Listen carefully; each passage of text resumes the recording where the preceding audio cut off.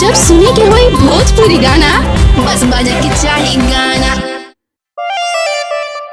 काजी, अरे तनी हेने घूमी ना, बस काम निकल गई।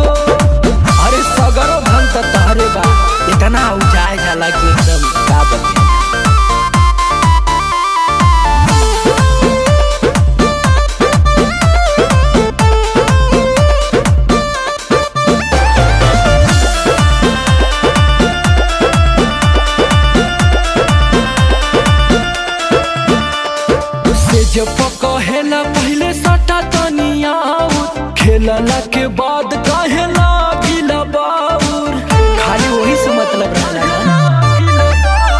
से जब कहेला पहले सटा तनिया खेलला के बाद कहेला गिला बाउर, हर मुहे तब करेला न बतिया हो, हर मुहे तब करेला न बतिया हो, मजा मारी फेरी